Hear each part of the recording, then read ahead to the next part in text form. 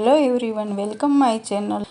ગુવારનું શાક તો તમે દરરોજ બનાવતા હશો, પણ આ રીતે તમે એકવાર લચકા જેવું શાક ક્યારેય નહીં બનાવ્યું હોય। એકવાર બનાવશો તો એના ફેન બની જશો, એટલું મસ્ત બને છે। તો ચાલો ટ્રાય કરીએ આ ગુવારનું મસાલેદાર શાક। માટે મેં અહીંયા 250 ગ્રામ ગુવાર લીધો છે, તેને ધોઈ સાફ કરી અને આવો સમારી લીધો છે। મિક્સર જારમાં આપણે લઈશું 2 ચમચી મગફળીના બી, 1 ચમચી તલ, 2 ચમચી ગાંઠિયા, તેને આપણે મિક્સરમાં ક્રશ કરી લેશું। આવું દરદરું ક્રશ થશે। ક્રશ થઈ જાય એટલે આપણે એને એક બાઉલમાં ટ્રાન્સફર કરી લેશું। અને ત્યાર પછી હવે આપણે મિક્સર જારમાં આપણે ઝીણા સમારેલા ટમેટાં, સમારેલા મરચાં, લસણની કળી એડ કરી અને એને મિક્સરમાં ફરી આપણે ક્રશ કરી લેશું। બહુ કોર્સલી ગ્રાઇન્ડ કરવાનું છે, એકદમ ઝીણું ક્રશ નથી કરવાનું। શાક આપણે કુકરમાં બનાવવાનું છે, તો તેના માટે અહીં મેં કુકર લીધું છે। તેમાં આપણે 4 ચમચી તેલ મૂકીશું। જો આ શાક તમે ઓછા તેલમાં બનાવવું હોય તો પણ બનાવી શકો છો, પણ જો વધુ તેલ હોય તો ટેસ્ટ એકદમ સારો થાય છે।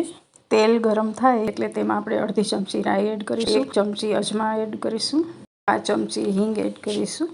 આપણે તેમાં ટામેટાં, મરચાં અને લસણની જે પ્યુરી બનાવીને રાખી છે તે એડ કરી અને થોડીવાર ચલાવી લઈશું। ફ્લેમ હવે ધીમી કરી દઈશું। ધીમા તાપે આ રીતે આપણે એને ચલાવતા રહીશું, સાતળી લેશું, એટલે એકદમ ધીમે ધીમે તેલ છૂટું પડી જાય ત્યાં સુધી આપણે આ રીતે સાતળશું।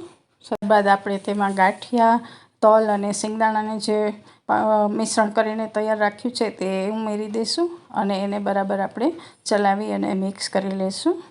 એને થોડીવાર આ રીતે બરાબર ચલાવશું એટલે એકદમ સરસ મિક્સ થઈ જશે। હવે આ ટાઈમે આપણે એમાં મસાલા કરી લેવાના છે। હવે આપણે એમાં અડધી ચમચી મરચું પાવડર, અડધી ચમચી કાશ્મીરી મરચું પાવડર, 1 ચમચી હળદર, 1 ચમચી ધાણા જીરું, સ્વાદ પ્રમાણે નિમક, અડધી ચમચી ગરમ મસાલો ઉમેરીશું અને તેને આપણે બરાબર ચલાવી લેશું અને થોડીવાર મિક્સ કરી લેશું। હવે તેમાં 1 ચમચી આપણે પાણી ઉમેરીશું।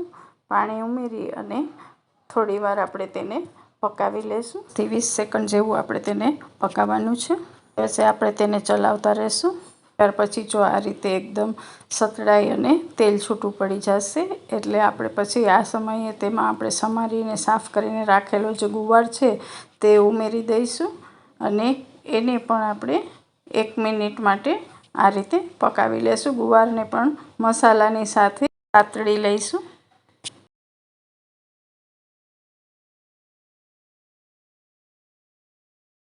ત્યારબાદ આપણે તેમાં અડધો કપ જેટલું પાણી ઉમેરીશું। અડધો કપ પાણી ઉમેરી અને મિક્સ કરી લઈશું।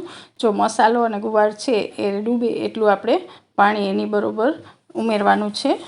અને આ રીતે ગરમ થઈ જાય ને ઉકળવા જેવું લાગે ત્યારબાદ આપણે તેને ઢાંકણ ઢાંકી અને ધીમા તાપે 3 વિસલ કુકરમાં કરી લઈશું અને પછી ઠંડુ થવા દઈશું। ઠંડુ થઈ જાય પછી આપણે એને ખોલીને ચેક કરી લઈશું। સરસ ચડી ગયો છે। હવે આ સમયે તમે એમાં 1 ચમચી ખાંડ એડ કરી શકો છો। જો ખાંડ ન ખાતા હોય, તમને ન પસંદ હોય તો સ્કીપ કરી શકો છો। અને હવે આપણે તેને સર્વ કરી લઈશું। જોતાં જ મોઢામાં પાણી આવી જાય તેવું થયું છે શાક। એકવાર તમે પણ ટ્રાય કરજો। આપણે રોટલી, રોટલો, પૂરી કે પરોઠા ગમે તેની સાથે સર્વ કરી શકીએ છીએ। આઈ હોપ તમને મારી રેસીપી ગમી હશે, તો એક લાઈક જરૂર કરશો। ફરી મળીશું નવા વિડીયો સાથે। Thanks for watching.